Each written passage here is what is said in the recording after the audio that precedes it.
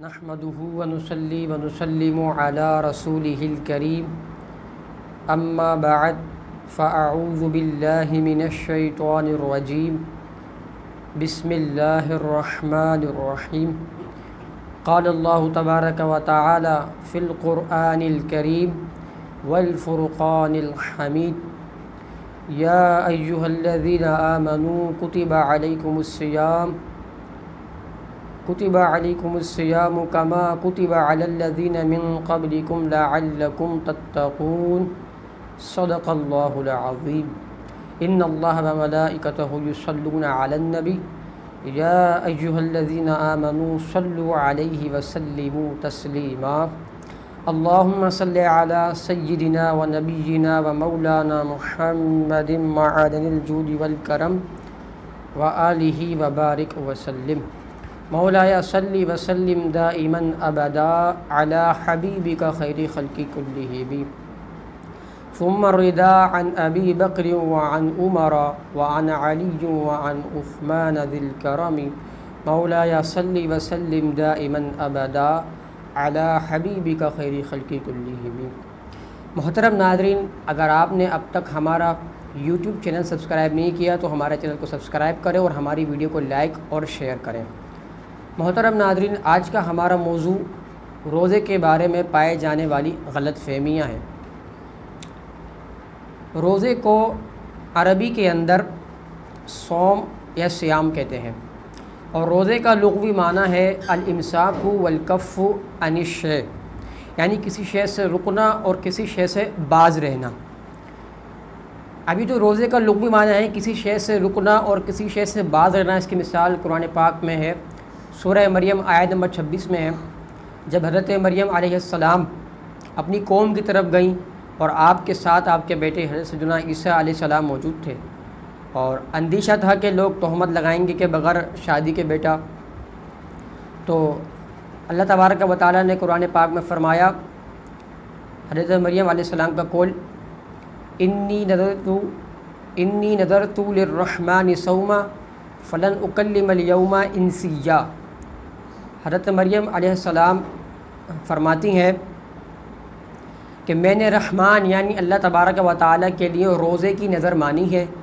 فلن اکلم الیوم انسیا، تو ہرگز میں آج کے دن کسی آدمی سے کلام نہیں کروں گی۔ محترم ناظرین، یہاں پر جو ہے لفظ صوم موجود ہے، لفظ صوم کا استعمال ہوا، اور حضرت مریم علیہ السلام فرماتی ہے میں نے رحمان کے لیے، اللہ تعالیٰ کے لیے صوم کی نظر مانی ہے کہ میں آج کے دن لوگوں سے کلام نہیں کروں گی۔ تو یہاں صوم کا معنی الامساک عن التقلب، یعنی کلام سے رکنا، کہ حضرت مریم علیہ السلام آج کسی سے کلام نہیں کریں گی اور کسی کی بات کا جواب نہیں دیں گی۔ اور روزے کا اصطلاحی معنی ہے، یعنی شریعت مطہرہ میں روزہ کسے کہتے ہیں، الامساک نہارا عن المفطرات بنیت من اہلہ من طلوع الفجر الی غروب الشمس، یعنی روزے دار کا روزے کی نیت کی وجہ سے ان باتوں سے بچنا، ان باتوں سے رکنا جو روزے کو توڑ دیتی ہیں، طلوع فجر سے لے کے غروب آفتاب تک، اور یہ رکنا اس کی طرف سے ہو جو روزے کی نیت کا اہل ہے، اور کن چیزوں سے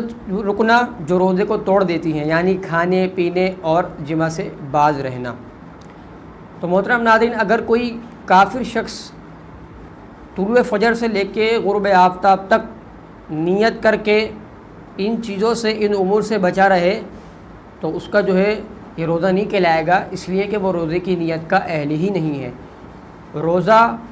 اس پر فرض ہے جو ایمان والا ہے، جو مسلمان ہے۔ فرمایا سورہ بقرہ کی آیت نمبر 183 میں، یا ایھا الذین آمنوا، اے ایمان والو، کتب علیکم الصیام، تم پر روزے فرض کیے گئے،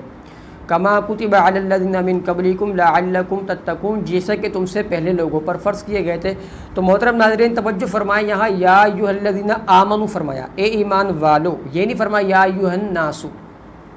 اور دوسری بات، آپ نے روزے کی اصطلاحی تعریف کے اندر سماعت فرمایا کہ اس میں یہ لفظ موجود ہے الامساک نہارا عن المفطرات بنیت من اہلی، بنیت من اہلی، یعنی روزے کی نیت کی وجہ سے جو روزے کی نیت کا اہل ہے اس کا ان چیزوں سے رکنا، ان چیزوں سے باز رہنا جو روزے کو توڑ دیتی ہیں، تو کافر روزے کا اہل نہیں ہے اور اس پر روزہ فرض نہیں ہے۔ اسی طرح اگر کوئی حائضہ یعنی حیض والی عورت یا نفاس والی عورت نیت کر کے طلوع فجر سے لے کے غروب آفتاب تک ان چیزوں سے بچی رہتی ہے جو روزے کو توڑ دیتی ہیں،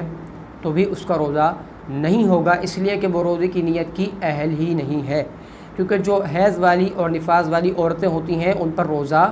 حرام ہے، نماز حرام ہے، اور وہ روزے کی جو ہے قضا کریں گی، روزے کی قضا کریں گی اور نماز کی قضا نہیں ہے۔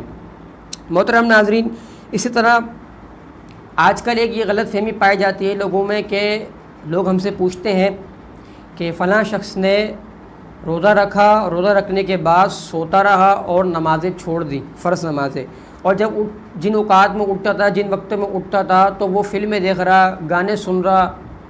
ڈرامے دیکھ رہا تھا اور دیگر گناہوں کے کام کر رہا تھا، تو کیا اس کا روزہ ہو جائے گا؟ اور اس کا روزہ اکثر لوگ سمجھتے ہیں کہ روزہ نہیں ہوا۔ تو مسئلہ یہ ہے، درست مسئلہ یہ ہے کہ اس کا روزہ فقہی اعتبار سے ہو جائے گا کہ اس کے اندر طلوع فجر سے لے کے غروب آفتاب تک وہ باتیں پائی جا رہی ہیں جو شرعی روزہ کہلاتا ہے، یعنی جو چیزیں روزے کو توڑ دیتی ہیں ان چیزوں سے وہ بچا ہوا ہے، فقہی اعتبار سے اس کا روزہ ہو جائے گا۔ البتہ جو روزے کی روحانیت ہے اور روزے کی روحانیت ہے، روزے کی لذت ہے، وہ اس کو حاصل نہیں ہوگی، اس لیے کہ اللہ تبارک و تعالی نے فرمایا روزے کا ایک مقصد یہ بھی ہے کہ پرہیزگاری حاصل ہو۔ فرمایا یا ایھا الذین آمنوا کتب علیکم الصیام کما کتب علی الذین من قبلکم لعلکم تتقون، اے ایمان والو تم پر روزے فرض کیے گئے جیسے کہ تم سے پہلے لوگوں پر روزے فرض کیے گئے تھے، لعلکم تتقون، تاکہ تم پرہیزگار بن جاؤ۔ تو اللہ تبارک و تعالی نے روزے کی فرضیت کا ایک مقصد یہ اور یہ حکمت بیان کی کہ تم پرہیزگار بن جاؤ۔ اگر یہ شخص روزہ رکھ کر سوتے رہتا ہے اور نمازیں چھوڑ دیتا ہے، فرض جو کبیرہ گناہ ہے، اور فلمیں دیکھتا ہے، گانے سنتا ہے، تو فقہی اعتبار سے اس کا روزہ ہو جائے گا، لیکن جو روزے کی روحانیت ہے، جو روزے کی حکمت ہے، وہ اس کو حاصل نہیں ہوگی، تقوی اور پرہیزگاری اس کو حاصل نہیں ہوگی۔ اسی طرح ایک غلط فہمی لوگوں میں یہ بھی مشہور ہے کہ الٹی آنے سے روزہ ٹوٹ جاتا ہے، تو درست مسئلہ یہ ہے کہ از خود کتنی ہی الٹی آئے، کتنی ہی کہ آئے، روزہ نہیں ٹوٹتا، خود سے کتنی بھی الٹی آ جائے روزہ نہیں ٹوٹتا، البتہ خود قصدن انگلی وغیرہ منہ میں ڈال کر کی اور وہ منہ بھر ہو